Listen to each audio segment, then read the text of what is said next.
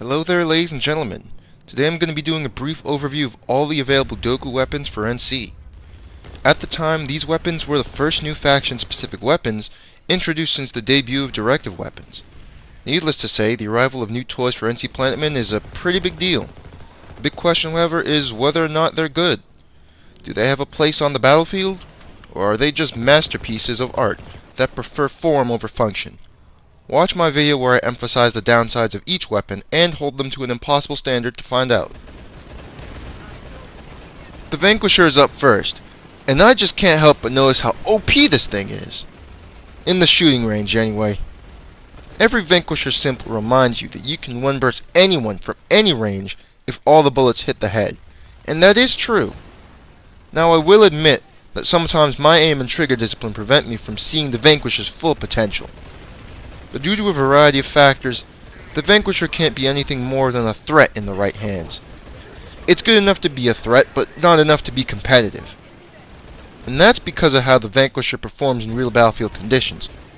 Call me a cynic, but most players just aren't polite enough to sit still and wait patiently for 3 high-caliber bullets to become acquainted with their skull. And while on paper you can one-burst people past 90 meters, the reality is that at such ranges you'll be lucky to hit anyone that isn't stationary. On the battlefield you'll also suffer from screen shake and bullet flinch. No doubt a byproduct of people rude enough to shoot back at you. Your problems won't end there though. The bloom is irritating, since there's enough of it to potentially mess up otherwise well-placed shots. The refire time between bursts is also painfully slow, which gives people time to dodge between bursts and find cover. These factors in many cases will make you fire half the magazine at someone who should have been dead in 2 bursts at most. And don't bother trying to send more rounds downrange for the kill you were cheated out of either. The bloom from constant fire will keep you from hitting anything. The Vanquisher is best used when a few dozen meters away. As I said earlier, long-range shots are a bust against non-stationary targets, but up close it's even worse. Miss one shot and you'll be lucky if you aren't deleted. And that's without the presence of the 5 KD heavy or carapace medic with weaponized Parkinson's and medkit addictions. The alternate ammo is also useless. Disruptor rounds boost your chances against heavies or bionics users, but fuck you over against everyone else since it removes the damage, the one thing that actually makes the Vanquisher good. The Sable rounds meanwhile will fuck over your fire rate in exchange for the rare collateral kill, and since the weapon already fires slow, that's not something you can afford. The Disruptor rounds actually used to be better because they could at least strip away ability energy from vehicles, but with the devs we can't have nice things now, can we? The Vanquisher is a very demanding gun that only produces results if your aim is perfect and you're in just the right situations. In those situations the gun can be quite powerful and get a nice body count. Unfortunately for the Vanquisher, the realities of Planetide's weapon meta and the conditions on the real battlefield mean that this gun will not have very many chances to shine. Who knows, maybe I got it wrong. Maybe because I'm a console peasant I don't have access to the holy mouse and keyboard, which allows my aim to be on point at all times. Maybe my aim just isn't on point regardless of if I use the mouse and keyboard or a controller. I just probably misunderstood this gun, but at the end of the day, in my experience, there's better guns out there that don't put you through as many hoops. But hey, at least this thing's not the Tross. Next up we have the Charger, and I'm gonna be honest with you, I don't know what the fuck the devs were thinking. Instead of making a gun that could rival the Bandit or Cyclone in its own right, the Charger decides to be a mere pretender. For the first 7 shots, the Charger has the lethality of said guns, but after that, you're screwed. That's because of the shitty catch-22 you're left with. Your options are either facing the longest reload time for NC carbines to regain the charged rounds, or keep firing with a now crippled DPS thanks to the slow fire rate and only mediocre damage model. And that's not even mentioning the fact that you only have 25 rounds. That's less than the Gladius for fuck's sake, which is a 200 damage SMG. That means that you're going to be reloading often, and it's going to be with a very slow reload time. The Charger was unfortunately balanced around only those 7 shots, and it shows. There's almost nothing good that can come from this. Regardless of if you can get that single kill, you'll have to run away almost immediately after. You'll be spending more time reloading than actually playing. You can get killed because you ran into enemies who weren't kind enough to wait 3 seconds while you reloaded. You can lose countless 1v1s against players because you missed a couple of shots, and now you're stuck with the DPS of a pellet gun and half a clip left. This isn't even a rare worst case scenario either. Any of these can be a regular occurrence. The charger makes you go through too many hoops to justify its use over the very guns it tries to copy. You're shoehorned into a boring playstyle of running away and taking an eternity to reload.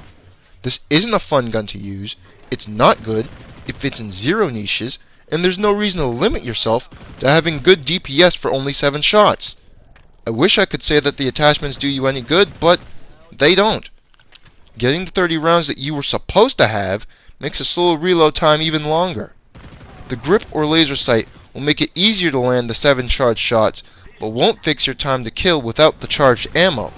The devs weren't thinking what to do beyond those 7 rounds, and it's clear evidence of their short-sightedness. Don't punish yourself by using the charger, please. Luckily, there's only one more gun unable to live up to its name that I have to review. The Promise. Out of all the weapon disappointments, this was the most painful. Most NC heavies use the Anchor or Saw family, so a new LMG would be the chance for a refreshing alternative. And based on how good the Gladius was, NC players had high expectations. Of course, the devs would subvert these expectations worse than Star Wars, the sequel trilogy. The Promise is everything it's not supposed to be, and promotes things you're not supposed to do. It is Clown World in weaponized form. As a new LMG on the NC, it's supposed to be a heavy-hitting beast, but instead it's a rehash of typical VS traits. As a heavy, you're supposed to be aggressively pushing the front lines and the point, but because the Promise has a slow time to kill and crappy hipfire accuracy, you instead need to shoot at medium range and hope no one gets close. Planetside also typically requires you to burst fire if you want to be accurate, but with the Promise, you have to hold down the trigger to be accurate. This might be fine for newer players, but will initially cause growing pains with veterans. There's more than enough accuracy to land headshots provided the cone of fire and random recoil pattern doesn't fuck you over. At the end of the day, the Promise is an accurate bullet hose that sells away much of its effectiveness to be one. Its only real use is to be an alternative to the EM1, which remains the worst LMG on the NC. Your best bet if you wish to have a decent chance at winning is to let enemies come to you, mowing them down with headshots at medium range. Other LMGs can do this better because they have more DPS, but with the Promise it's the only thing you can effectively do. A grip and smart feeder will help you perform this role better, despite the 6-second reload time and longer equip time. SPRW rounds boost your velocity, but you still have a nearly 5-second reload time, and you're going to have to do it more often. A laser sight makes the hipfire serviceable, but it won't fix the gun's fundamental issues at close range. This gun breaks every promise ever made to NC players. Instead of a super saw, we got a weak LMG that can't hold its own when you have to compete. As soon as the gun's stats were revealed, every NC player knew that the Promise would be a flop. Unfortunately for them, they were right. It's such a shame that the best looking weapon in the game is also one of the worst ones. And now we have the Bishop. Remember what I said about the Vanquisher? Same thing applies in most cases. It's the usual with culprits. Slow fire rate, huge damage, headshots or die, best at medium range, less reliable in real battlefield conditions. The works. The Bishop's gimmick is that it can 2-tap headshot at all ranges, and can get collateral kills, along with no damage drop-off.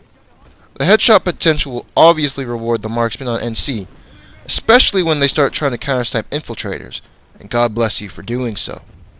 The lack of damage drop-off also gives you a better chance at killing long-range targets, if you're accurate enough, of course. The recoil is decent as far as things go, but it'll be uncontrollable if you try to spam the trigger. If you're lucky enough, you can also hit multiple targets, or shoot through the barrel of Mana turrets and Spitfire turrets. This can kill the stationary engineers hoping to hide behind them, the cheeky bastards. The Bishop's ability to work at longer ranges and hit harder than the Warden makes it the battle rifle of choice. Now, obviously, the Bishop has some issues of its own. The medium range restriction will still be in full effect. Without headshots, the slow rate of fire makes the Bishop unusable in close quarters. And despite the lack of damage drop-off, hitting long-range targets is actually harder, since you have less velocity than the Warden, somehow. The hipfire also sucks, but this is par for the course with battle rifles. The biggest issue with the Bishop, however, is the fact that it's still just a battle rifle. Every battle rifle in Planetside, no matter how good, is a niche weapon that only does decently at medium range. They're beaten by most guns up close and sniper rifles at a distance. They require more work to get the same results as any other weapon. In terms of attachments, you're best with the optics of choice, flash suppressor, and the grip. Even with the laser sight, the hipfire is still bad. The tungsten liner is worse than useless. It doesn't change your time to kill, and it fucks up your recoil. Sabo ammo is bad for the same reason I gave on the Vanquisher. Collaterals rarely happen, and your fire rate is much slower. The Bishop overall is good as a battle rifle. Unfortunately, the fact that it's a really good battle rifle doesn't mean much in a game dominated by faster firing weapons. The NC got a good weapon for once in a bad category. Last but certainly not least is the Gladius. The Gladius is by far the best weapon on this list, and is good enough to actually challenge the Cyclone if you land headshots. With just 3 headshots, the Gladius can kill anyone who isn't heavy from up to 22 meters away, and 25 with soft point ammo. Your high damage per bullet lets you kill people from further away than an SMG has any right to. Just don't get carried away though, and start treating the Gladius like a pocket sniper. No gun can be perfect though. The Gladius has possibly the worst recoil and hipfire accuracy of all the SMGs, and a very slow fire rate. That slow fire rate makes you kill up to 50% slower against heavies and nanoweave users if you land body shots. In combination with the harsh damage drop-off, you will rarely be killing anything past 30 meters. Also, you only have 26 rounds per magazine. If you want the power of the Cyclone, you're going to have to work harder for it. Lucky for you, it's not too hard to use. Because it's an SMG, the Gladius still has recoil and hipfire that most players can manage. You'll be rewarded or punished based on how many headshots you can land with this gun. With the Gladius, it's not too difficult to do. In terms of attachments, you have options. Choose the grip if you favor precision, and the laser if you run and gun. SPRW ammo isn't recommended despite the velocity increase, because your mag size is reduced to 22 rounds. Only use this if you run the suppressor, as it cancels out the velocity reduction. Otherwise, run soft point ammo. The Gladius is basically the only gun here that doesn't need specific scenarios or perfect situations to be effective. Despite its flaws, it's earned a solid place in Planetside's weapon meta. It's a bit harder to use effectively, but it's nothing a little bit of experience can't fix. Unfortunately, the TR's insufferable victim complex and Vonu mains whining about the devs not sucking them off led to the Gladius being nerfed, which is stupid considering the pre-nerf Gladius was still worse than the Cyclone. But NC players can rejoice at having another competitive SMG. With the existence of the Punisher SMG, no player will ever have to endure the MKV suppressed or the NS7 PDW again. Now, at the end of the day, these are just my opinions on the D0ku weapons made for NC. Who knows? Perhaps one of you watching this feels that any one or all of the D0ku guns are OP. Certainly you're right to feel that way. Their design is amazing, and I think it's a crime that D0ku isn't redesigning every weapon in Planetside. The devs responsible for turning these weapon models into workable guns, however, have dropped the ball. Most of these guns have the dreaded distinction of being niche. Rather than being weapons you can use normally, they're only good in a few instances at best. It doesn't help that even in those select instances, there's plenty of guns that can fill these roles far better. Using these weapons require that you work twice as hard just so that you can be half as good. For most of the NC D0ku guns, their only true purpose is to provide a viable alternative to that one gun we all know is going to suck during our directive weapon grind. Barring a precious few exceptions, these weapons are yet another example of wasted potential. Thanks for enduring yet another review video with my YouTube unfriendly voice. Depending on how things go, I might do a tier list of every NC weapon. Until next time, take care.